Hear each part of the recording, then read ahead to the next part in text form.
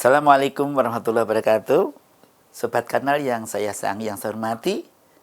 Saya Dr. Probo dari Departemen Ilmu Penyakit Dalam FKKMK UGM.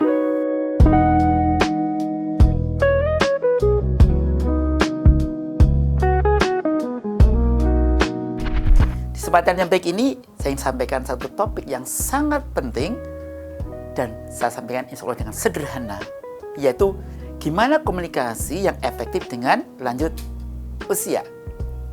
Ya, siapapun agar hidup nyaman itu perlu komunikasi dengan sekitarnya, dengan komunikasi verbal, kata-kata, atau bahasa tubuh non-verbal. Dan yang penting dalam komunikasi itu, si penyampai itu dipahami pesannya oleh si penerima. Sebagai sumber atau source diterima oleh reflektor atau receiver. Dan agar komunikasi ini bagus, maka dibutuhkan beberapa strategi yang simple, tapi penting untuk dilakukan dalam kehidupan sehari-hari. Bagaimana beritanya, atau pesannya, atau message-nya, bagaimana channelnya, atau salurannya, atau medianya. Sahabat-sahabat yang saya sayangi, nah, untuk berkomunikasi dengan lansia, perlu dipahami perubahan bio-psikososial spiritualnya. Tentu saja, ada perubahan pada inderanya, penglihatannya, pendengarannya, dan tidak sedikit yang mengalami keterlambatan dalam menganalisa kata-kata di dalam proses kognitifnya itu.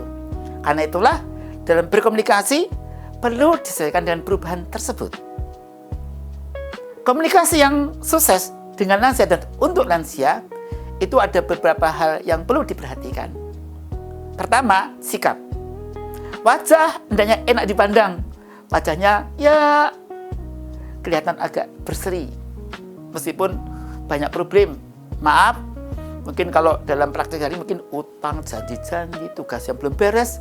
Tapi ya di depan lansia harus disetel tampak cerah. Badan kalau di depan lansia sedikit membungkuk kalau sedang berbicara. Tangan atau jempol bisa monggo. Bapak, Ibu, Eyang, Bunda.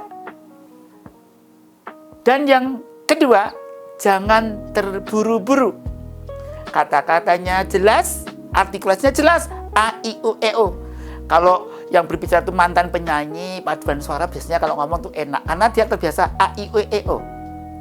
Sering tersenyum. Dan yang berikutnya lagi, tidak terkesan menggurui. Lebih enak kalau pakai cerita yang kemarin Pak ada toh seusia yang juga sakitnya parah yang, tapi alhamdulillah cepat sembuh karena ia menjalankan saran-saran saya yang padahal saya itu ya tidak sulit yang. Nah, jadi cerita itu adalah nasihat yang tidak terasa menyakiti. Dua, bahasanya sederhana, tidak terlalu lama, simpel, padat pesan.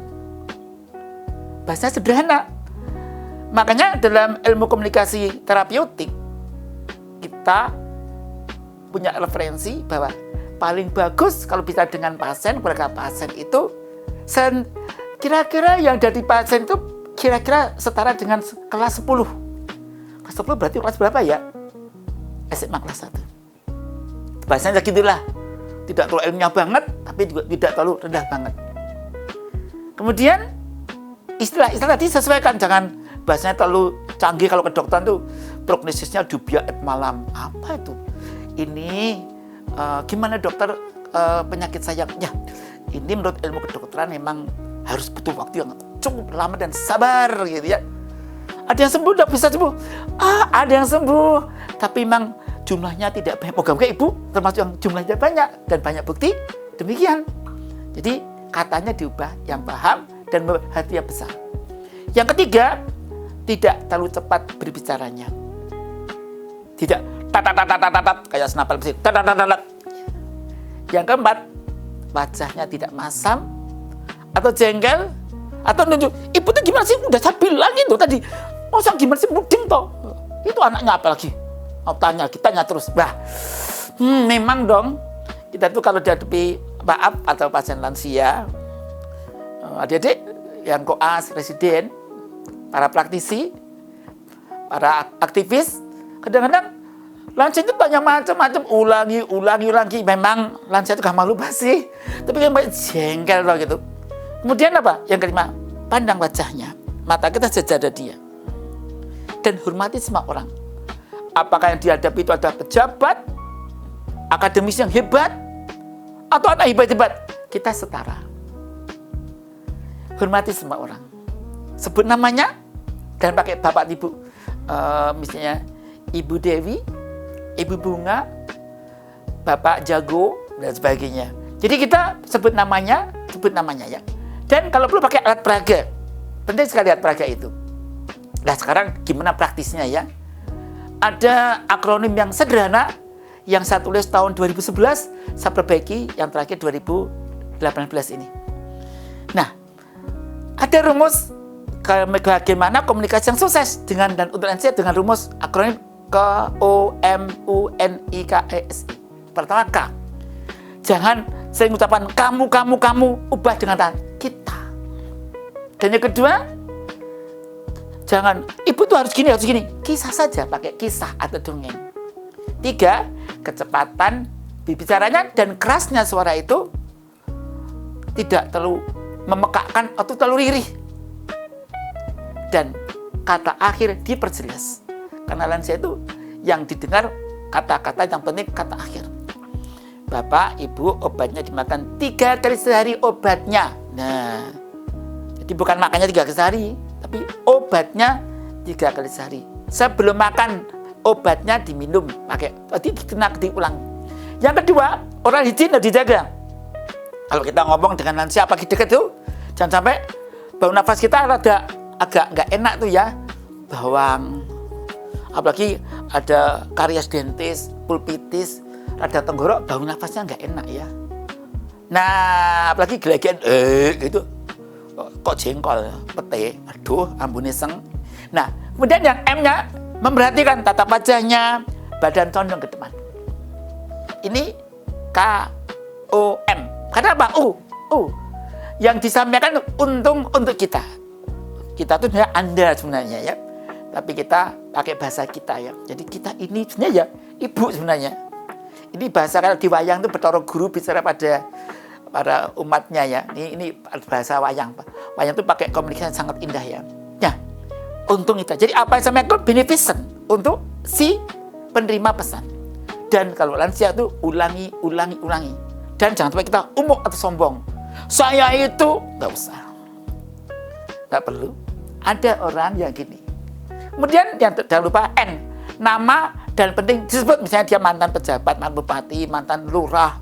Sebutan itu penting banget. Mantan ketua RT, mantan memberikan sumpah yang bagus. Ya. Dan kita jangan lupa I. Interest atau perhatian.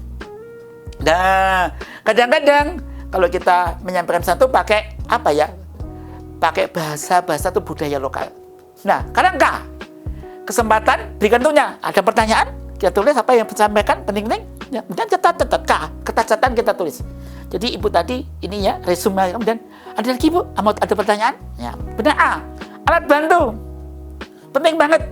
Kita perlu pakai lab. Kalau ada kita buku-buku, laptop, tunjukkan gambar ini bu, ini huruf isi hara. Ini tes buta warna. Ya, coba tes memori ingatan ya bu ya. Ya.